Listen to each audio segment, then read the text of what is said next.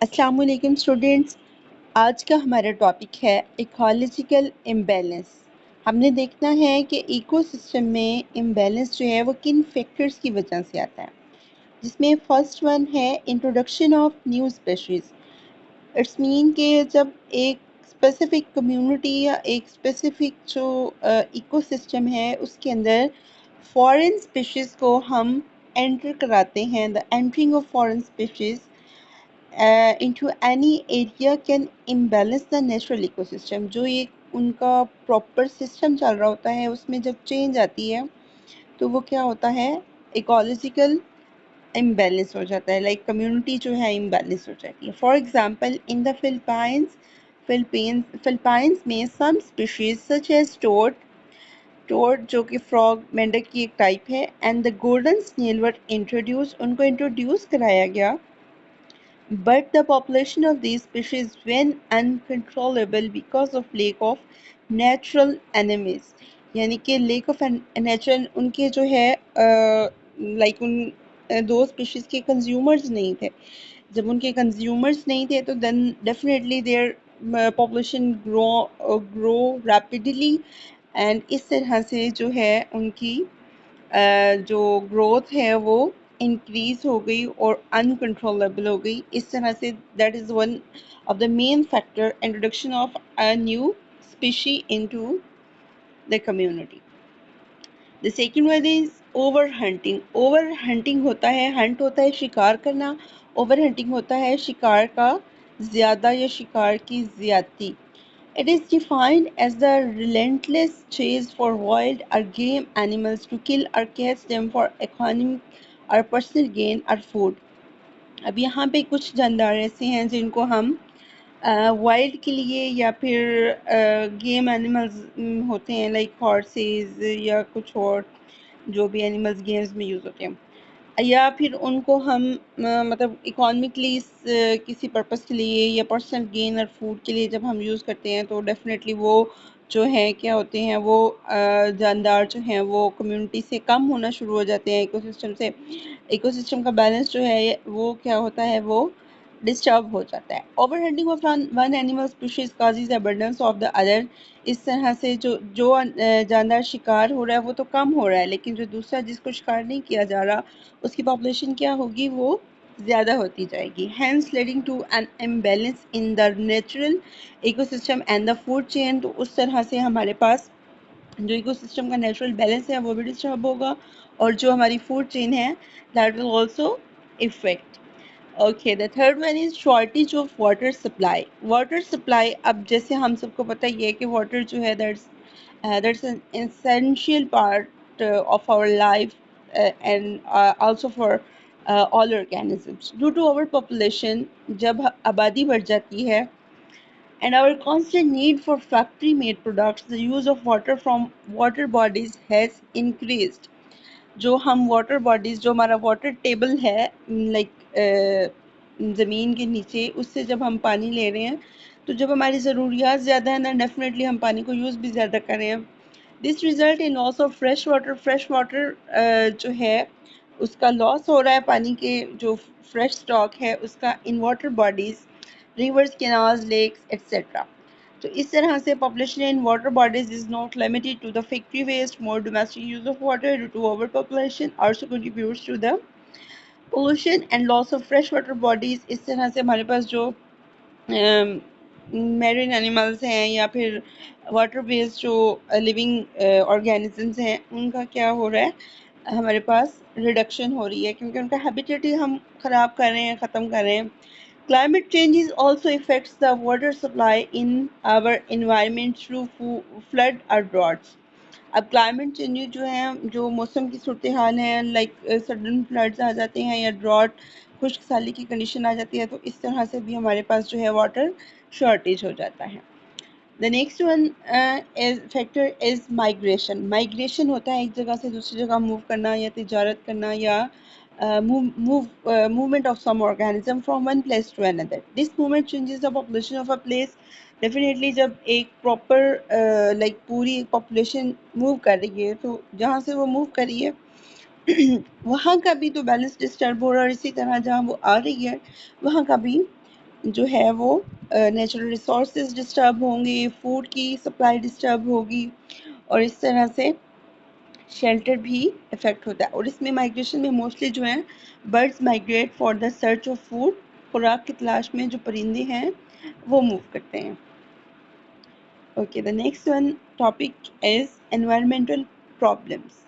Environmental problems क्या होती हैं? इसमें हमारे पास माहौल में कौन कौन सी मसाइल पैदा हो जाते हैं? सब में टॉप मोस्ट जो हमारे पास है that is global warming. Global warming बच्चों क्या होती है? Some gases present in the atmosphere, carbon dioxide, methane, oxides of nitrogen, water vapors, trap a part of the heat reflected by the earth, causing increase in the atmospheric temperature. अब ये सारी gases जो हैं ये क्या करती हैं? ये जो हमारी सूरज की हरारत है उसका एक स्पेसिफिक हिस्सा जो है रिफ्लेक्ट बैक होता है from earth to causing increase in the atmospheric temperature, and these gases are just called greenhouse gases, and the phenomenon is called greenhouse effect. Due to human activities like burning of fuels, जो factories में हम different fuels को use करते हैं, amount of green house gases जो है वो increase हो रही है एटमॉस्फेयर में। जब वो गैसेस की अमाउंट इंक्रीज हो रही है देन डेफिनेटली हमारे पास जो सूरज की रेस हैं, सन की जो रेज हैं, that are directly falling on our earth surface, that is increasing the rate of green house effect and increasing the average temperature of the earth. आपने देखा होगा कि पहले इतनी गर्मी नहीं होती थी, लेकिन आजकल जो है due to ozone depletion and due to the increase of the green house gases, ये जो है the earth is getting warmer and this is called global warming. Okay, जब आप इसको लिखेंगे, आप इसकी डेफिनेशन लिखेंगे, उसमें प्रॉपर आप सारी गैसेस का बताया कि the amount of this gases is increasing and due to that the temperature of the earth is also increasing. That all is called global warming. Due to global warming, the ice in the polar regions and the mountains melts at greater rate. This leads to rise in the level of sea water, which creates floods. Like उसमें हमारे पास different disastrous conditions आ जाती हैं कि जब हमारे glaciers की ice जो है वो मेल्ट होती है, तो वो उससे क्या होता है, हमारे दरिया भर जाते हैं, हमारे समंदर भर जाते हैं, and these also changes the climate of the many regions of the world due to global warming. Okay, the next one is factor affecting global warming. अब global warming को कौन-कौन से जो हैं factors affect करें? First of all is burning of fossil fuels. Different fossil fuels को हम factories के अंदर यूज़ करते हैं, जिससे हम डिफरेंट जो है लाइक प्रोडक्ट्स बनाते हैं या डिफरेंट प्रोसेसेस जो हैं उनको हम कैरी ऑन करते हैं। When fossil fuels are burned to run vehicles and industries, जब गाड़ियों के लिए और फैक्ट्रीज के लिए हम fossil fuels को बर्न करते हैं, they emit many greenhouses gases, many greenhouse gases, वो खारिज करते हैं बहुत सारे green house gases like carbon dioxide that also cause global warming. Burning of fossil fuels also releases poisonous substances in the air, जहरीले जो मादे हैं उसको हवा में छोड़ते हैं बर्निंग फॉसिल फ्यूल से, and the poisonous and harmful substances which make the air unfavorable for life, that is air pollution, air pollutants। अब यहाँ पे आपके पास air pollutants की भी डेफिनेशन आ गई है, यहाँ से आप करेंगे the poisonous and harmful substances से air pollutants से। और इसमें हमारे पास एक बहुत अहम जो है पॉल्यूटेंट है, that's name is carbon monoxide. Carbon monoxide जो है that is one of the major pollutant to the atmosphere. It affects the human organ system badly.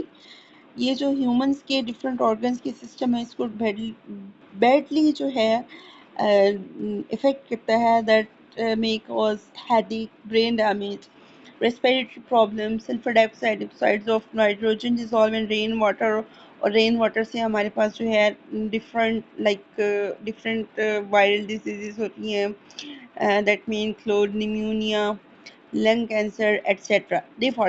Deforestation क्या होता है? डिफॉरेस्टेशन है जंगलात का कटाव। Destruction of forest as a result of human activities is called deforestation, जब human beings जो हैं वो दरख्तों को अपने मफाद के लिए काटते हैं और इस तरह से माहौल से जब दरख्तों का ख़ात्मा होता है, that also cause global warming, क्योंकि हमारे पास ऑक्सीजन प्रोवाइड करने के लिए दरख्त नहीं बचते।